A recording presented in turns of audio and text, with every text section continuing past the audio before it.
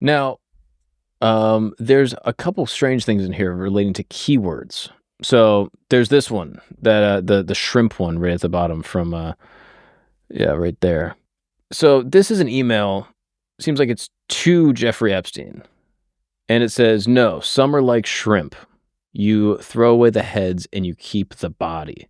Now that's in response to, "As long as you don't have any hammerhead ones, I like white sharks." So scroll down a little bit more, Christos. This is just seems like there's some euphemistic language happening here. "I like white sharks," and then scroll up. It says, "No, some are like shrimp. You throw away the body." And then it says, "I like shrimp, but not so much if it's too pink. I'm more into white than any other color. I like your philosophy." Go to the next slide, Christos. It says, a friend that built the Beijing airport wanted to know," and then scroll up a bit.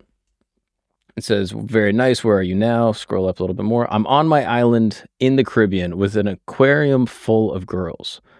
And then scroll up a little. It says, "The king of Saudi Arabia has a few white sharks at his Jeddah palace. I totally prefer yours.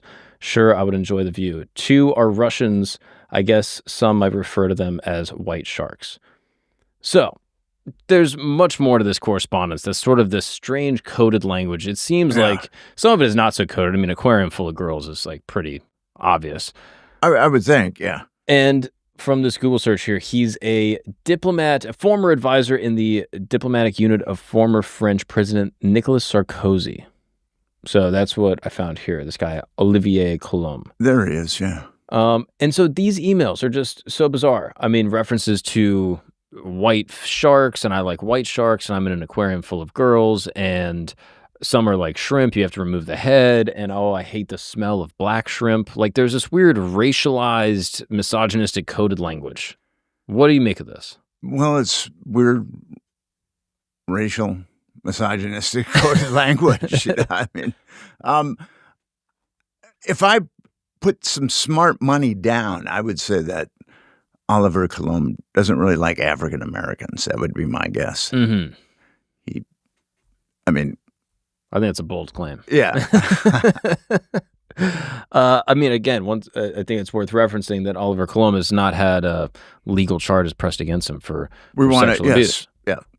In the interest of being fully transparent. But with that said, these emails are just so bizarre. I mean, some are like shrimp. You remove the head. I've seen people online suggest that this is about actual dismemberment. Yeah, I've seen that too. I've also heard people suggest that this is a euphemism, like a joke, where like, you know, girls with ugly faces, you call them shrimps. I've heard people say this. What do you think of this? I don't know. Mm-hmm.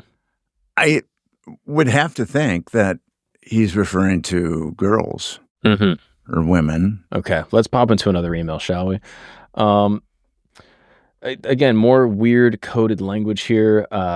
Pizza and grape soda. Okay, Harry Fish, he's kind of interesting. Okay, so click on, nope.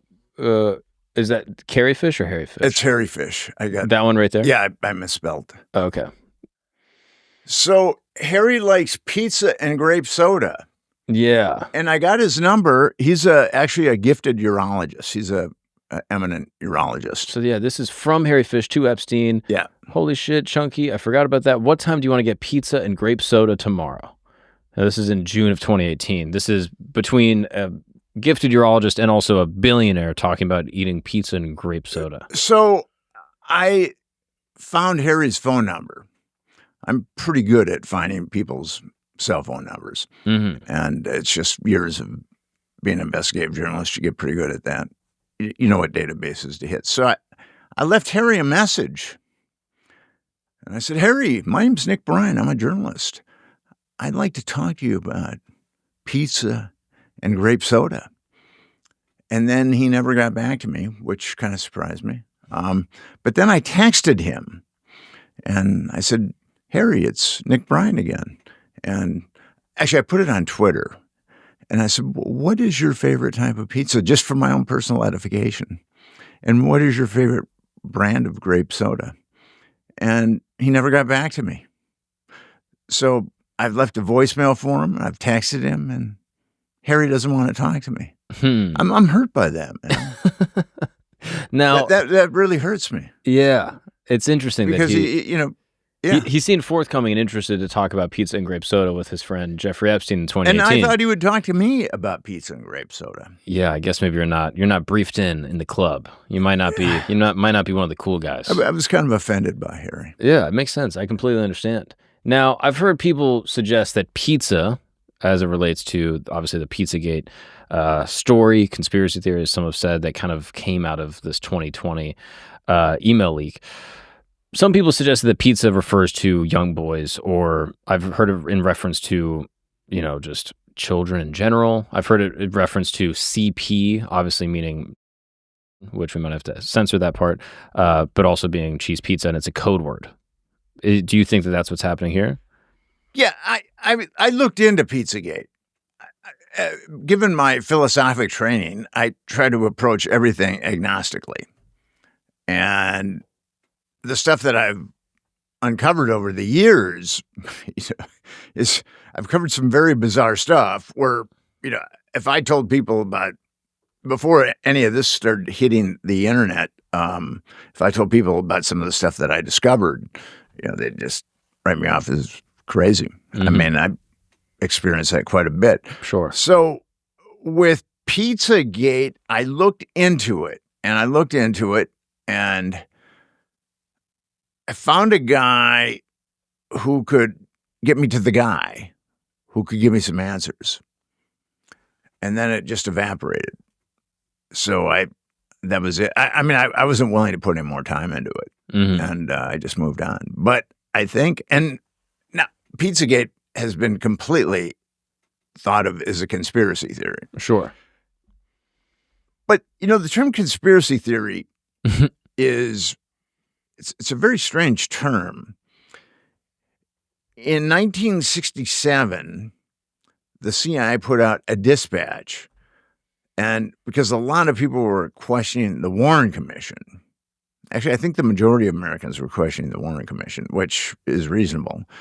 And the CIA said in the dispatch, people that question the Warren Commission, we're going to position them as conspiracy theorists. And then they had like a litany of things that are negative about conspiracy theorists. And prior to that dispatch, the Washington Post, the New York Times used conspiracy theorists maybe once a year, very sporadically. But after that dispatch, it went up exponentially. So conspiracy theorist is a great, I mean, the CIA guy who thought that up, brilliant. I mean, his family should get royalties for that because it's so easy. I mean, when people experience cognitive dissonance, when I was pitching the Franklin scandal to various editors, I was, I'd look into their eyes, and by the time I was pitching it to them, I had a lot of evidence. I had like a list of 60 victims, and I had a bunch of sealed grand jury stuff, and I would be looking at these editors' eyes, and I could see, well, this is a horrible story. I should help Nick Bryan out, or I can just write Nick Bryan off as crazy right now and have a nice meal with my family tonight. I never think about it. And I knew that most were going to go that route, but I didn't think all of them were going to go that route. But every editor that I pitched it to, publisher, I could just, when I would do it in person, I could see the cognitive dissonance bubble up right before me. And then the default. Right. Of, let's write Nick Bryan off.